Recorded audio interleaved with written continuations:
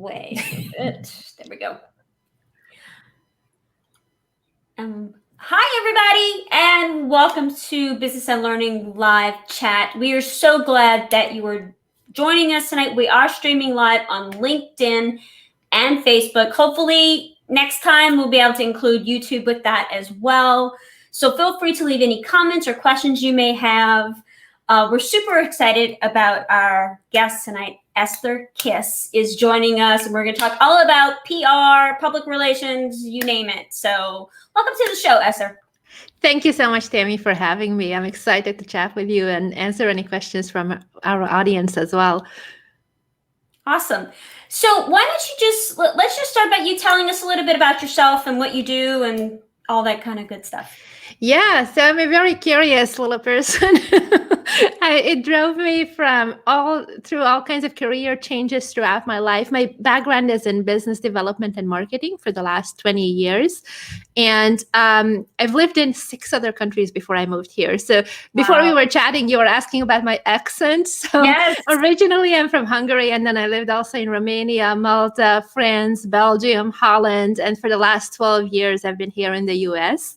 Awesome. And kind of, I guess I was doing the whole digital nomad thing before it was a thing, But for the last 12 years, I've been here, and I started a publicity agency kind of by accident because I was helping entrepreneurs get more business, help with their marketing strategies, and it was okay, but I didn't like that I kept getting beginners, people who were completely in the very beginning section of their entrepreneurial journey. And I really wanted to work with more accomplished business owners and entrepreneurs who really, are well positioned in their fields. And I thought, well, I don't know what I'm going to offer to them, but I'm going to figure out something. But meanwhile, I need to build those connections and those relationships. And so I teamed up with a good friend of mine, and we started a podcast called Born to Influence. And the whole plan was that we're just going to do interviews just like this, exactly on camera. Like we had Google Hangouts at the time. It was not even HD. So you can imagine back in 2013. And we got people like Gary Vaynerchuk and Perry Marshall, like, New York Times bestselling authors, real high-level thought leaders on the show. And every time we would do an interview, at the end, I asked that, hey, I know you have this book coming out, or you have this event or program. Mm-hmm. Would you like to be on other shows as well? Just to help them out and to invest in the relationship. And every time they would say, yeah, I love that. Thank you so much. And so I started doing this, and word got out that I was helping people with this. And one of my clients came to me and he was like, hey, can you help this guy get on some podcasts? And I'm like, yeah, sure. And he's like, yeah, but this time you have to charge for it. So I was like, okay, then let's see. How much does a publicist make? Googling it quickly. And so I got the packages worked out, and it's grown into a full service publicity agency where now we book people on TV, radio, magazines, newspapers, podcasts, YouTube Live, like whatever makes sense for their campaign and their business. That's what I've been doing for the last 6-7 years now. That's awesome. I love stories like that you just kind of figure it out and you just go with it and you see what happens. And that's awesome. That's absolutely awesome. I love it.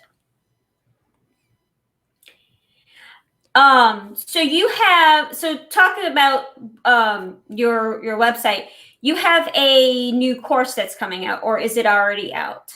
Yeah, it's out already. It's called Publicity Crash Course. And I created this course because I really wanted to help more people who want to get publicity, who want to get the media attention that will get them in front of more clients and customers. But not everybody is in the position to really hire someone, whether it's us or somebody else as a publicity agency. It's kind of a big investment to do that, and you have to be at a certain point in your business. But there are a lot of things that you can do on your own. So I've created this course, and what it does is it helps people learn everything from who to reach out to, what kind of media to go for, how to pitch, how to follow up, so that you can get those bookings on your own as well. That's awesome. So what kind of tips do you have for people who are kind of starting out, trying to DIY their way through some of the publicity stuff? What kind of tips do you have for those that are trying to get more leverage with producers and local and maybe their local news programs? Right. So 3 things. The first one is get really, really clear on what your outcome is. A lot of people think that, oh, if I just get an Oprah, everything will be good, right? And it doesn't work that way. Well, first of all, if you've never done TV before, pitching yourself for a national show is not the best way to go because producers are simply not in a position to book someone who doesn't have on-camera experience for a live show that's on a national audience, right? So you want to make sure that you kind of work your way up when it comes to TV. But even before that, taking a step back, really understanding what your outcome is. Do I want more credibility? Do I want more leads and sales? Do I want to build my connections? Do I want to do it so that I can use this as material in my advertising? And it could be a combination of all these things, but there were literally 20 to 30 different things that you could have as goals. And getting clear on those things first, what's most important for you, will inform what kind of campaign you're going to build out for yourself or have somebody build out for you, right? So that means, for example, making the distinction between, do I really need traditional media, TV and radio and magazines and newspapers, or am I better off having online media like podcasts and these kind of online live YouTube type of shows or Facebook Live interviews, or maybe speaking on stages that's not traditionally considered media, but you are getting in front of the right audiences. So that could be part of the strategy as well. So the number one thing is to get clear on your goal, what you want to accomplish. And then depending on what that is, go after the right type of media outlets that you're going to need.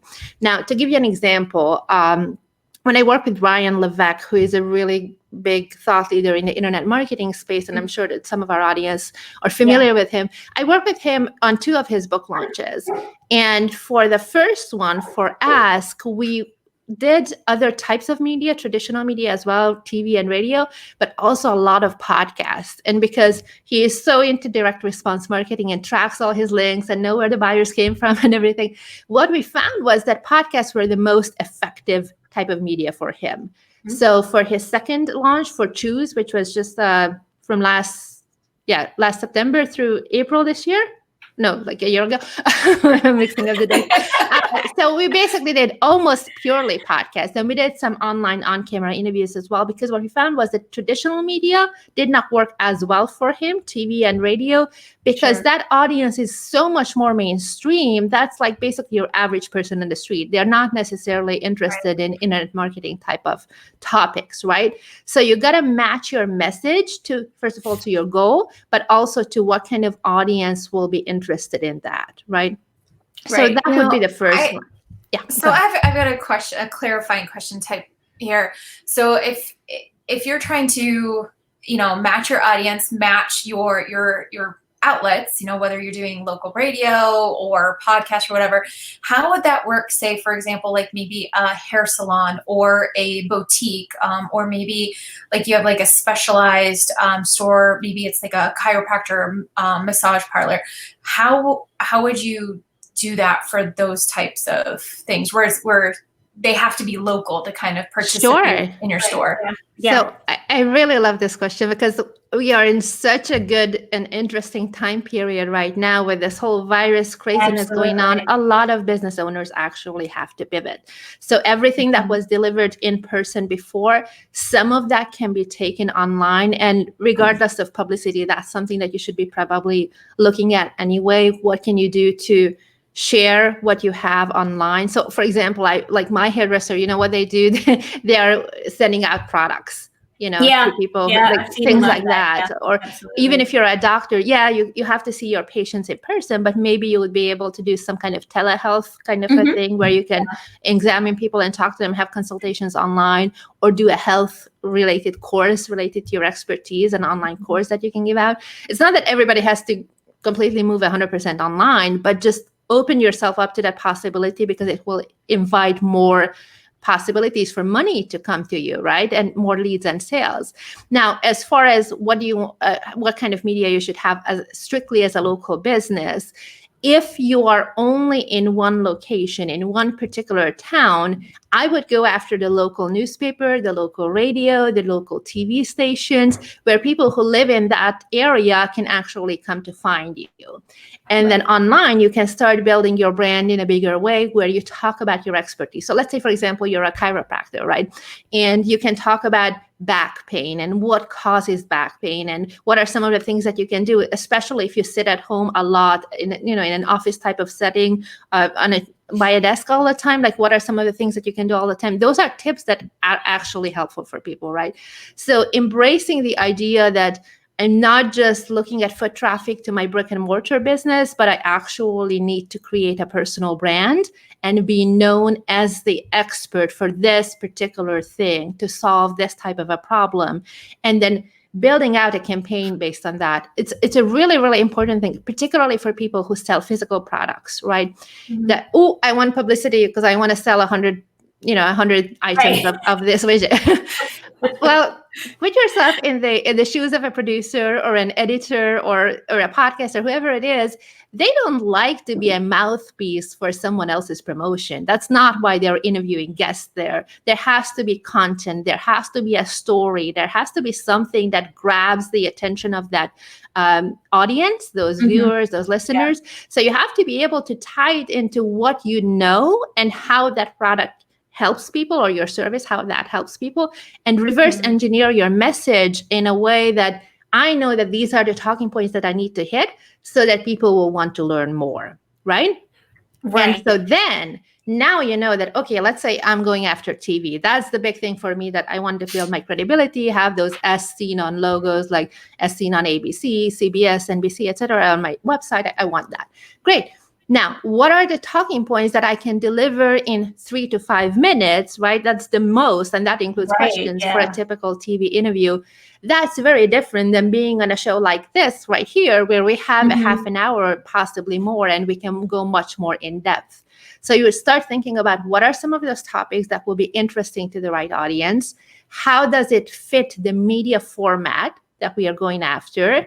And how can I share it in a way that people are getting real tangible value, real actual tips, and yet they want more, right? You want to always leave them wanting more. So that's really, really important for brick and mortar businesses as well, to put out something that is more than just your website, right? So if you're doing a TV or radio interview, they're not going to probably promote a specific landing page to go to a webinar or something like that. But what you can do, though, is put out that, hey, we also have a great community on Facebook. Join our Facebook group here. We can help you for free through that, or something like that, to encourage people to interact with you. And then you can take that conversation further. And then there's whole other advanced strategies that we can talk about a little bit later, and how you would take that publicity that you got in the offline world and use it in your advertising to get even more traffic and more revenue from that. Yeah, that's amazing information. Because and I think one of the things is people think, oh, I want to be on TV, and they're looking for people, and so they're just going to want me and my message. But you kind of have to tailor that message to the audience. That what are the producers looking for, and what are the podcast hosts looking for? Because their audience is going to be very specific depending on what the needs are. Yeah. And the other thing too, especially with mainstream news, is that you have to tie it into a trending topic. Exactly. So your expertise has to be also something that can be seen as commentary on what's going on right now, but with a twist, right? So for example, if we talk about the coronavirus right now, like everybody is talking about it, but there is something unique in each story that you see published. It's the point of view of a particular expert, a doctor, or it's something like commentary about the economy, whatever it may be. But it could be like, for example, if you're a business specialist, you're helping businesses grow, it could be about how do you make use of Zoom? Like, we know how to use it because we're used to it, right? But a lot of people, it's brand new for them. So it's like, as an employee who was just sent home, a few weeks ago, and you have to work from home and deliver everything. I mean, while you're homeschooling your kids and all the things that you're dealing with now, how do you manage all of that? Like, like right now we have the little earbuds thingies, and we know how to set that up so that we have good quality. But but you can even if you just give a little tip of how do you set up like a proper setup so that you're looking at the camera eye level, like I'm just saying specific tips of what I could share if I were to go and do an interview that's tied into the Corona story. Right. So, Great idea. Yeah. Taking it and kind of flipping it on its head and tying it in there. That way it's a different spin than maybe something else that's out there. And it's going to grab their attention and say, okay, I want to book that person over this person because they've got that content tying in. And it can be, and it doesn't have to be global things either. It could be something that's local, like maybe there's a local strip mall that's about to be torn down and you have something about that, or maybe there's a strike going on at a hospital, or or there was a hurricane in the area. So like it could be localized too that you're pitching and doing your spin on. Mm-hmm. And in fact, the more local you can be, the better. And I would recommend, particularly for TV and any kind of local news, to include that in your pitch that you're local. And local would count anything that is drivable distance. So for example, when I lived in California, for a while I lived in the Palm Springs area, which has one TV station pretty much. So, it's like 2.5 hours away though from LA and San Diego. So that would count for me as local because I can get there and do an interview the same day. So I would pitch myself as local expert, like Southern California local, right? To be able to get those bookings. So you want to, if it's like hyper local, it's really in the same town, that's of course best, but you would include that if you can. It's not like you're flying across the country to do something. So people like to highlight people in their communities. So the media is always, you have a better chance to get picked up that way. Right. Yeah. And you said something too that I would love to talk on. You mentioned the pitch. And I think that's one place where most people are like, oh yeah, I could totally, go in there and talk about this and talk about that. But to actually do that initial outreach, a lot of people freeze up. So how would you recommend people kind of break that ice and start the outreach and let people know that they even exist? Yeah, that's such a good question. And I love it because it's the answer that nobody wants to hear, but I'm very sad to say I have to. We can take it. It's the relationships. So especially if you have a bigger media campaign, it's not just that, hey, something happened and I want to comment on it now. You should really put a little bit more thought into it. Like, what do I want to get out of this? And not just look at next week or tomorrow, but look like 4 to 6 months out, right? And so then you have lead time to connect with those producers, connect with those editors, because you may have a great idea for a story, but maybe they already just covered it through somebody else, right? They just had another expert and they don't want to repeat the topic, but they do like you and they do like your expertise. And maybe there will be something next week or 3 weeks from now that you would be a good fit for.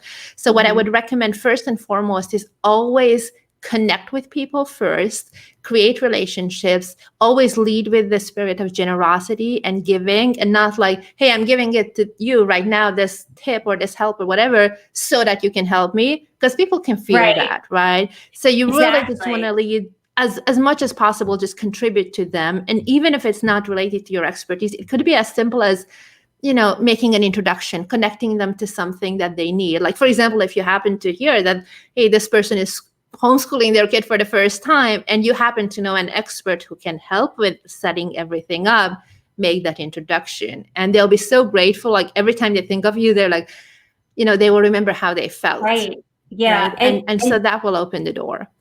And that is so important, that relationship building. I mean, not just with publicity, but marketing, reaching, creating collaborations, creating partnerships with other people. That it's the cold hard sell is not there anymore. It's creating that relationship, building on that relationship, and what can you do for each other? Maybe I help you today, maybe you help me down, 6 months down the road. Exactly. Saying, you can create a almost oh, I know maybe they can help you with this, and if it works out, great. If it doesn't, that's okay too. Yeah, exactly. And sometimes it's not necessarily that they can give you back something, but maybe they can help you with Right. something else or introduce you to someone else. To give Sure. you an example, like sometimes when I pitch my clients for podcasts, I know that that podcaster also happens to write for Entrepreneur Magazine or whatever, like Huffington Post or something.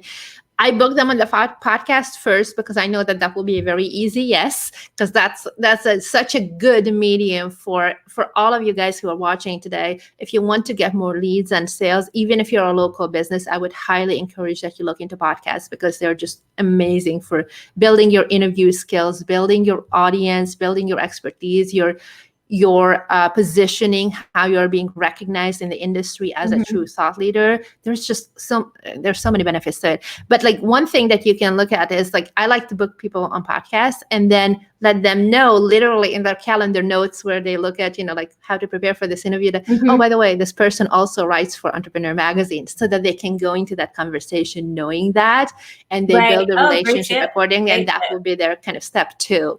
Yeah, absolutely. We have a question from Jenna in Oklahoma City, and she says, I live in a small town. How does PR for my small business differ here than in the big city? What's your business? I'd be very curious to know that. She doesn't say.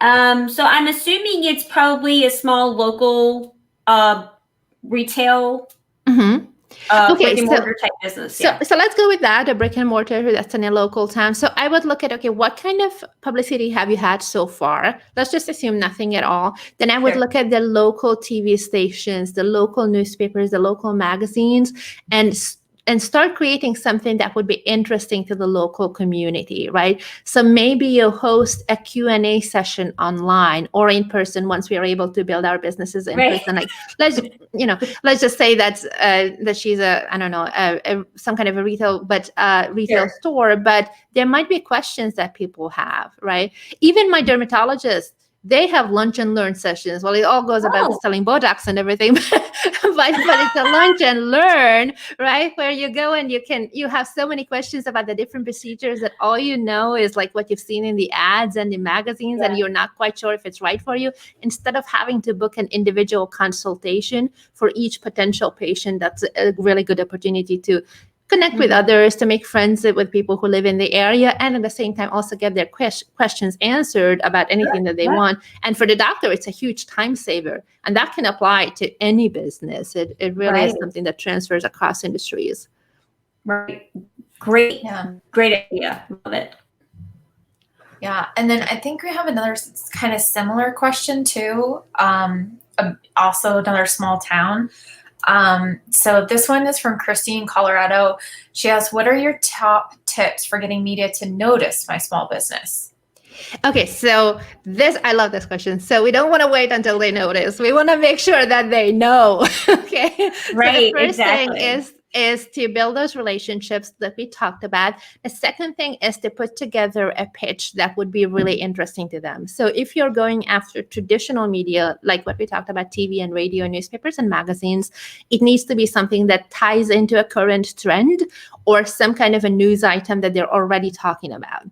Now, I'll give you an example. When I did, when Trump was elected for president, but he did not go into, his term hasn't started yet. So they had this term for him, president-elect, but he was already, like, politics aside, he was tweeting all the things that he tweets, right? And so it was kind of like a shocking thing in the news that he tweeted something again, and it turned out to be not true. So for me as a publicist, if I pitch myself to TV stations saying that, hey, I can teach entrepreneurs how to get into media, wonk wonk, nobody's gonna care. But if I say that I want to talk as a communications expert, like basically framing my expertise with a different phrase that would be relevant to mainstream audiences. As a communications expert, I can give my tips on how to use social media responsibly to build rapport with your audience, and then tying it in the news of what he was talking about that was causing outrage at the time, to address those, and then at the same time also talk about what I find important. And then step 2, what you all want to do, like whatever you're being interviewed about, doesn't matter if it seems like kind of like slightly irrelevant to your specific local business and what you want to sell tomorrow. Take that TV interview, or take that magazine article, whatever you have, and then put it in front of your existing buyers. So that might mean putting it out, like let's say if you have a screen on in your studio or in your doctor's office, right, where you would play all the commercials for the things that are going, you can also put a little reel of you being on TV.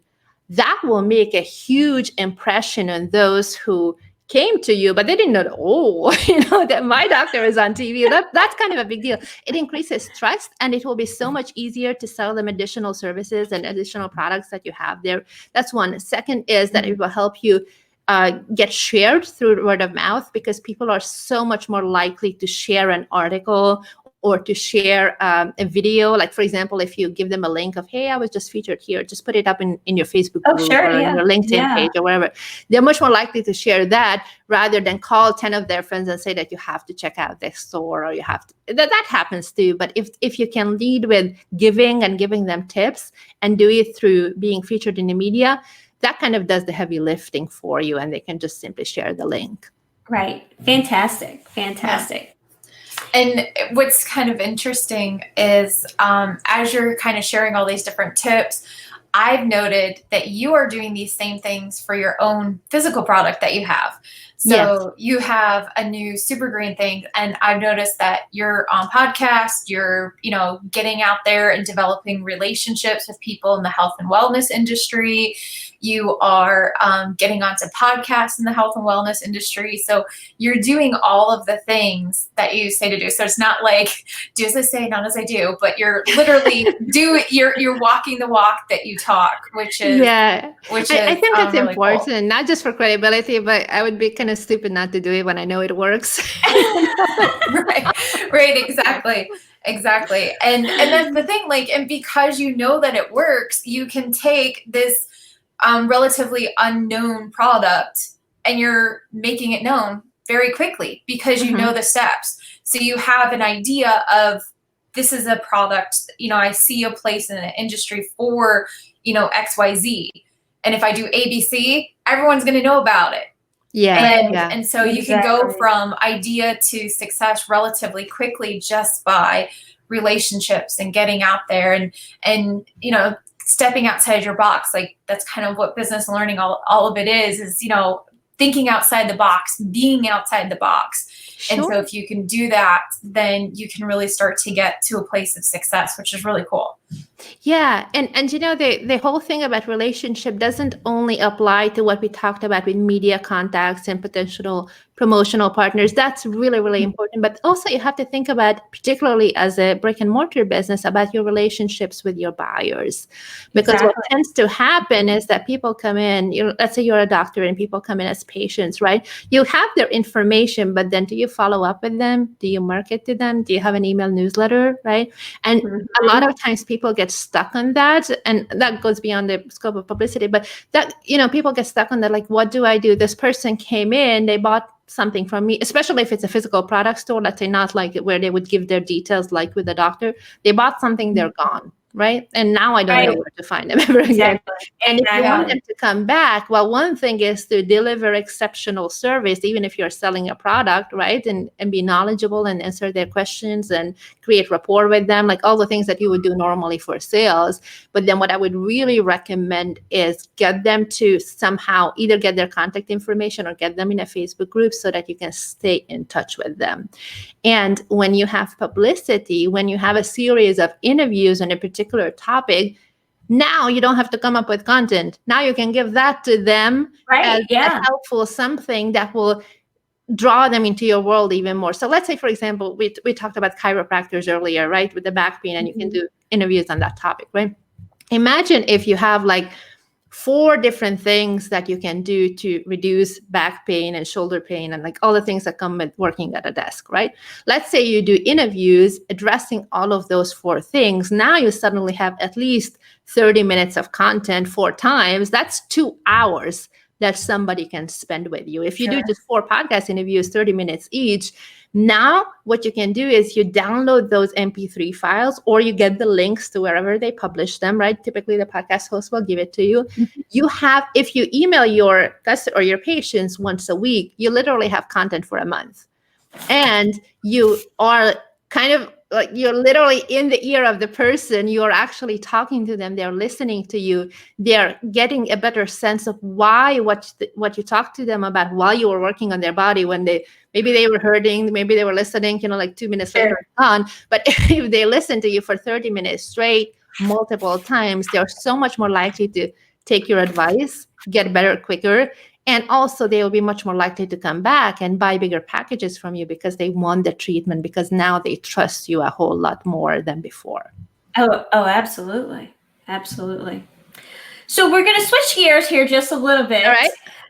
We're going to do some rapid fire questions. So just some general questions, nothing too hard, nothing too difficult. Okay. What are you interested in right now? Well, I'm really, really interested in exploring the whole world of physical products because I've had this publicity business for many years, which is a service-based business, and I still do have that. But now that we have Super Boost Greens, it's a physical product, so it's a whole different learning on how to market that and how to sell that. Awesome. That's so awesome. Okay, so number 2, what book or books are you reading or listening to right now? Oh gosh, that was a really good. They're like 5 books, and now I'm blanking on all of their titles. You need to give me.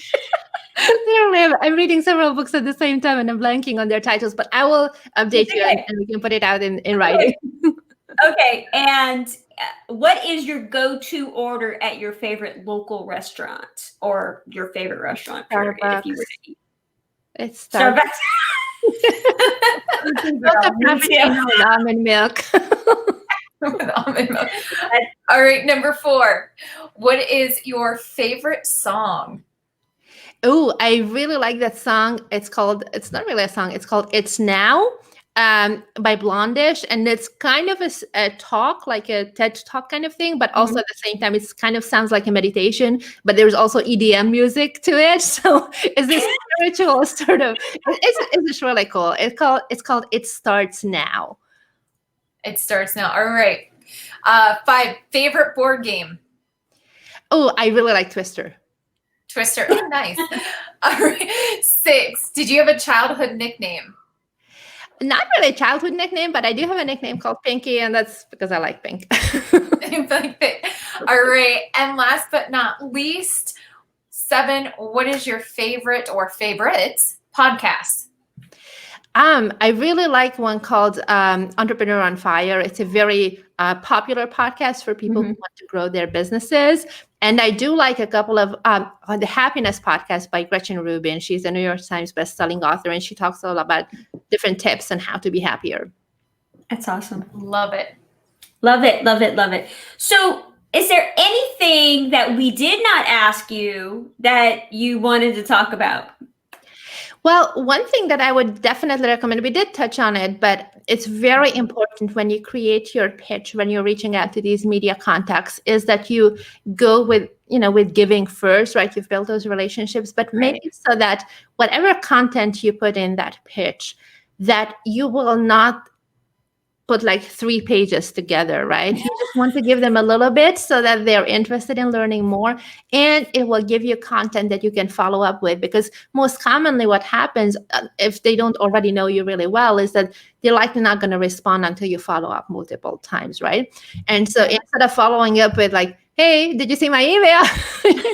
Do you want me on the show? What do you think? It will be cool. Like, that's not content. That's not helpful, right? Right, so exactly. Want to give them additional content and just say, like, maybe you're watching what's going on with that particular news item that you're linking your story to, right? And say that, hey, I just wanted to follow up on my previous email because such and such thing happened. I think it would be really good to talk about this and this. And then you give them 2 additional things.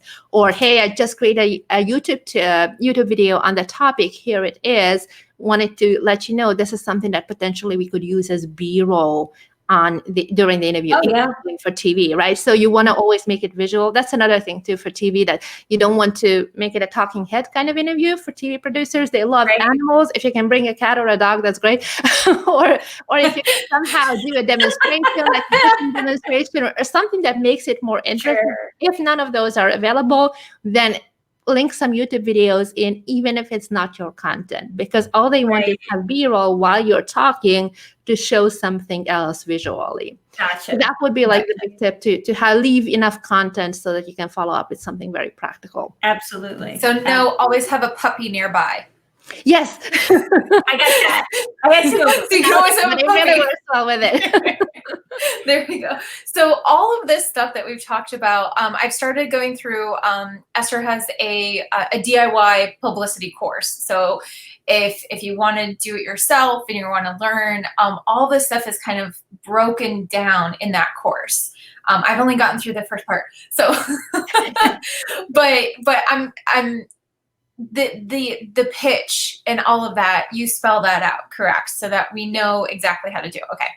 That is awesome. It's meant to be where you're complete, even if you've never done any kind of publicity before, it teaches you all of those things. Like there are literally 25 ways of how to build, like how to reach out. What do you do to actually get someone's attention without pitching them? Like there are a bunch of free ways. There are a bunch of ways of how to get them gifts, whether it's a budget thing or something a little bit more, something that will make an impression, how to pitch, who to reach out to, is it the news director, is it the producer, is it the editor, like all the right people, how to find their contact information, what to say, how to follow up.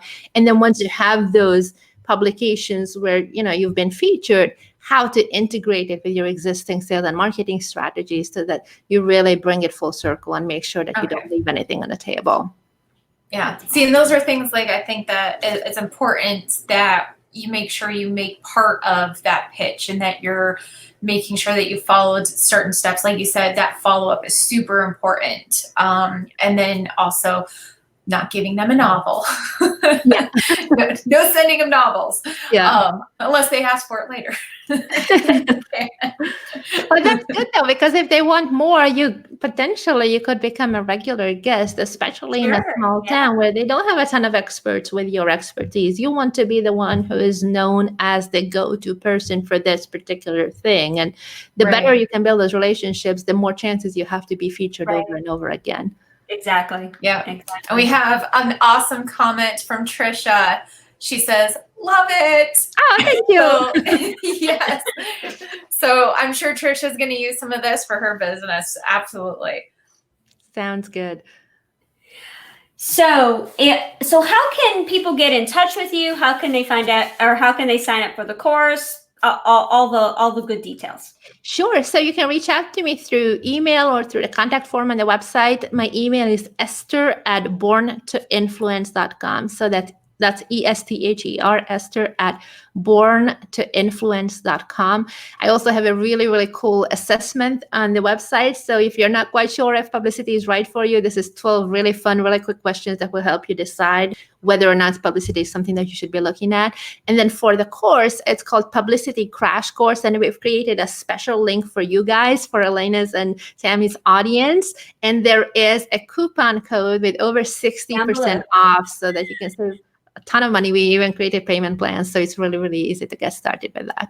That's awesome. Yes. And I really want to thank you for offering the business and learning community that payment plan. So it makes PR really affordable. So we can use, this time, whether we're building a business or we're rejuvenating a business to add other elements, and PR is a great element to add into any business plan. I love that. And it's sort of crazy because we have this lockdown period. We've had it for 3.5, 4 weeks now, right? Depending on where we live. But we really can't leave the house that much. And life has changed for most people drastically. It has. For really us, not that much because we work from home anyway. But for most people, it's really different. And it takes a little bit of adjustment. And if you come out of this time, looking back a year from now, that I've had 6 weeks, all the time before that, I was saying that I don't have time to learn new things. Now you have all these weeks. If you come out without a new skill, it's like, I know it's stressful and everything, but like, what are you doing if you're not learning something new, right? Whether it's I need to share this other comment from Trisha because I have the same sentiments. So she said, so much great info to use for my business. I have some great notes here. And I even have, I'm like taking away these little nuggets. I'm like, oh, I need to do this. Oh, I need to do that. I'm like, oh, that's a good idea. Definitely. So Lots of good ideas. Yeah. And I have a lot of local business owners that I'll be sharing this replay with that are working on building up their business right now. And that this is a great way to do it. Great way to do it. And you know, you guys, we haven't really talked about this during the interview, but just to give you a little bit of perspective of why I'm so passionate about it, the clients I've worked with, like some of them literally became New York Times bestselling authors. Granted, they had an audience to begin with, but publicity is so powerful. For some of them, we've added literally millions of dollars to their bottom line, and they can track it so they know that it's coming from. And I'm not saying that a local, you know, small business is going to do millions in the next few weeks. It's not, you know, that's not what we can promise here. But but what I can promise is that you'll be way further ahead positioning yourself as the go-to expert in the community and in your industry than if you were to ignore this and just rely on advertising and word of mouth to hope that some people will come in someday, right? Exactly. Exactly. Well, thank you so much for coming on the show tonight. We truly appreciate it. It's been awesome. I've got tons of notes here just for business and learning. Did myself. This is awesome. Thank you so much. I'm so glad. Thank you. Thank you for having me. Yeah, so, thank you. Thanks everybody for joining us tonight here on Business and Learning Live. Make sure to join us next Wednesday when we're going to be talking with Dr. Medaya Saeed. Elena, did I say that correctly? Yes, you're pretty close. Yes, Dr. Saeed, the Holistic Mom RX. Yes. Everybody have a great week. Contact us if you have any questions. Get in touch with Esther here for an amazing resource. And everybody stay healthy, stay safe, and have a great week.